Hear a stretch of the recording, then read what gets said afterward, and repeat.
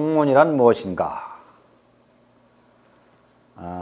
이 학문에 대한 정의에 대해서는 현대도 있지만 율곡 선생이 학문에 대한 정의가 있습니다. 이 율곡 선생의 학문에 대한 정의를 보고 또 율곡 선생은 평생 무엇을 실천하는가를 보고 그 다음에 이제 조선시대에 어떤 인물을 우리가 훌륭하다고 할 것이냐 이 부분에 대해서 율곡 선생이 제시한 학문을 기준으로 그 평가한 사례를 들어보는 것으로 진행하겠습니다. 경모옥류결이라 인생서세의 비학문이면 모이우이니 소위 학문자는 역비 이상별건물사해라 지시위부당자위자 당효위신당충 위부부당별위 형제당위 소자당경장 위붕호당유진이니 개어이룡동정지 간해수사각득기당이요 비치시면묘하여 희기기요자해라. 자, 여기에서 보면 이제 율곡 선생이 학문이라는 것에 대한 정의를 정확하게 하고 있죠.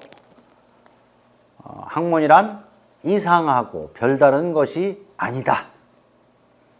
단지 아버지는 마땅히 자야하고 자식은 마땅히 효하고 신하는 마땅히 충하며 부부는 마땅히 분별하고 형제는 마땅히 우애하고 어린이는 마땅히 공경하고 친구는 마땅히 신의를 지녀야 하는 것이다.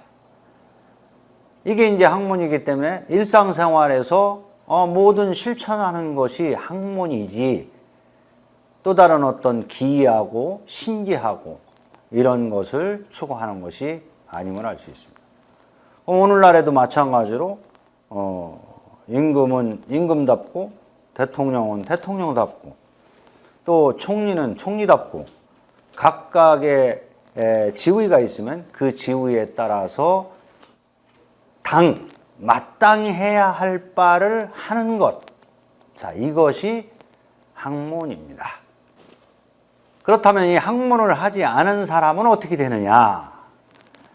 단불악지는 심지 모색하고 식견망매라 고로 필수 독서 공리하여 이명당행지 노연후에 조의 득증이 천리 득중의리라 금이는 불지학문이 제의령하고 이망의 구원난 행이라 고로 주여 별인하고 자안 포기하니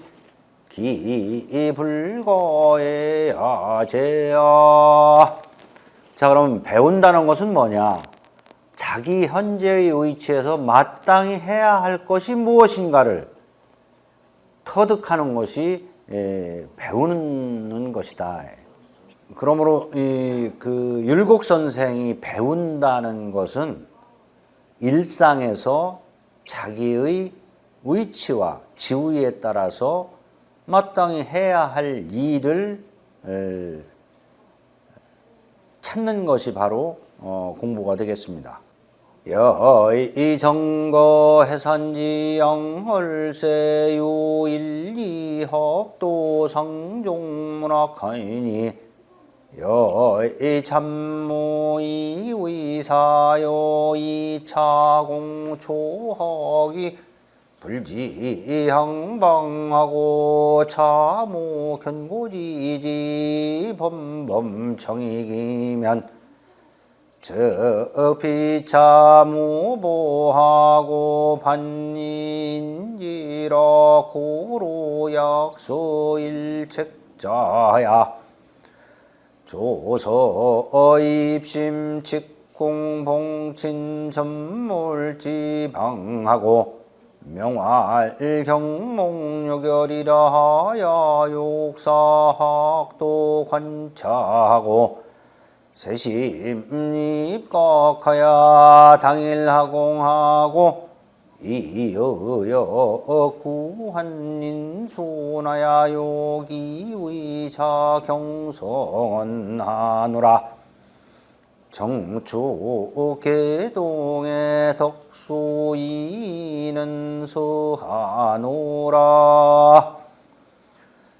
경몽요결이라는 책은 율곡선생이 해산에 거주할 적에 몇 명의 학생들이 쫓아와서 이제 가르쳐 달라고 이렇게 청을 했습니다. 이에 대해서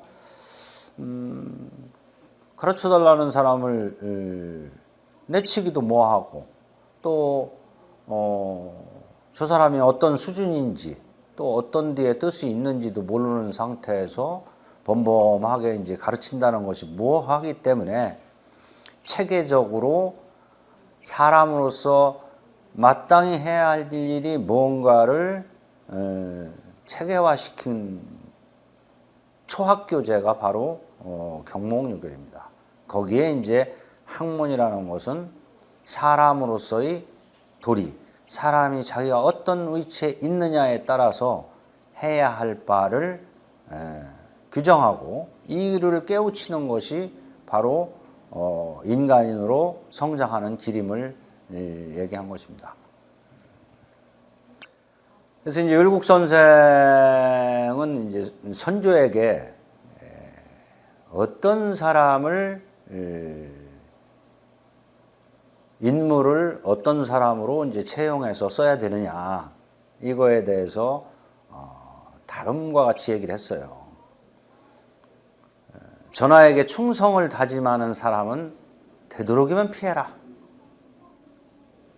가장 중요한 것은 자기 일에 충성을 다짐하는 사람을 가까이 하라 그랬어요.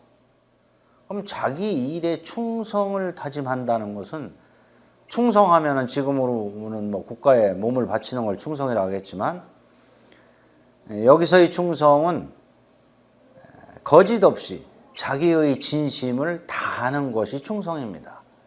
그러면 자기 일에 충성을 다한다는 것은 자기 일에 자기 힘껏 최선을 다해서 하나의 사심 없이 매진하는 사람을 말합니다. 전하에게 충성을 다짐하는 사람은 전하를 배신할 수 있어. 그러나 자기 일에 충성을 다짐하는 사람은 결코 전하를 배신하지 않는다. 자, 요게 이제 학문한 사람입니다. 그럼 조선시대는 우리가 유교국가라고 하는데 유교국가에서 유교란 뭐냐? 한마디로 얘기하면 효제충신입니다.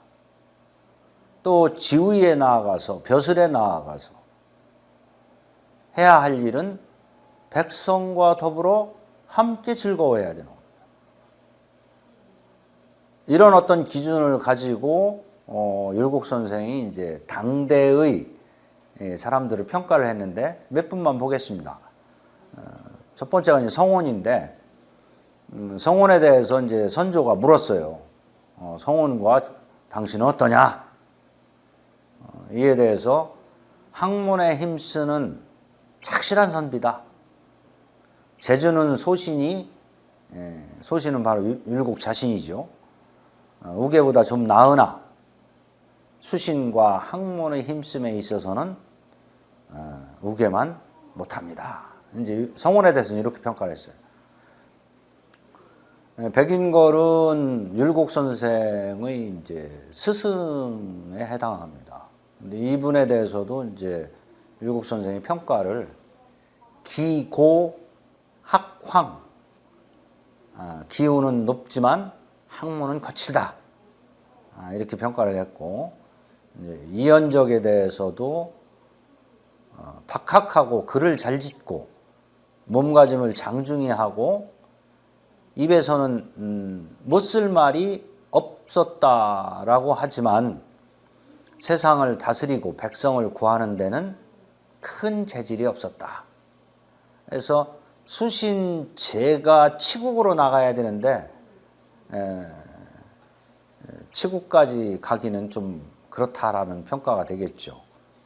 벼슬에 올라서도 절개가 없었다고 평했습니다. 또 이현적이 옛 서적을 많이 읽고 저술을 잘했을 뿐 가정에서는 부정한 여색을 멀리하지 못했고 초정에 나와서는 도를 행하지 못했다. 그런 사람을 어찌 도학자로 추천할 수 있겠느냐 이런 평을 내렸습니다. 그 이에 이제 그 평가를 보면 서경덕에 대해서는 기중심에 설을 폈다고 해서 성리학자답지 않게 도에 치우쳤다 이렇게 평가를 했고 태계 이왕의 사단칠정의 이발기발 이기 호발설이죠. 이가 바람에 기가 따르고 기가 바람에 이가 따른다. 이런 이기 호발설을 비판하고 기의 능동성 기의 능동성은 인정할 수 있지만 이는 능동성이 없다. 그래서 기발 이승 일도설을 주장했죠.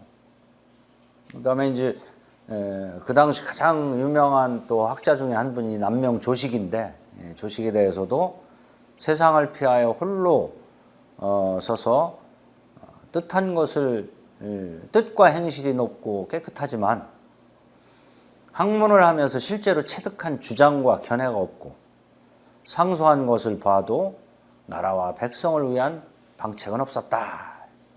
이제 이렇게 평가했습니다. 자, 이런 어떤 평가는 후대에 당쟁의 가장 큰 그 문제점 중에 하나로 등장을 해서 동인과 서인, 남인과 서인 갈라지면서 참 한 시대의 모든 어떤 평가를 한쪽으로 몰고 가는 그런 불행한 또 씨앗이 되기도 했죠. 그러나 이제 학문이라는 관점에서 보면 학문이라는 것은 각각의 자기의 위치에서 마땅히 해야 할 일을 하는 것이기 때문에 조선시대 유학이라는 관점에서 개인적으로 가정에서 자식은 자식답고 부모는 부모답고 또 벼슬에 나아가서는 백성과 그 시대의 국민과 함께 했느냐 안 했느냐 이것이 이제 평가의 기준이 되는 것이고 율곡 선생은 이것을 학문이라고 했다 이렇게 볼 수 있습니다.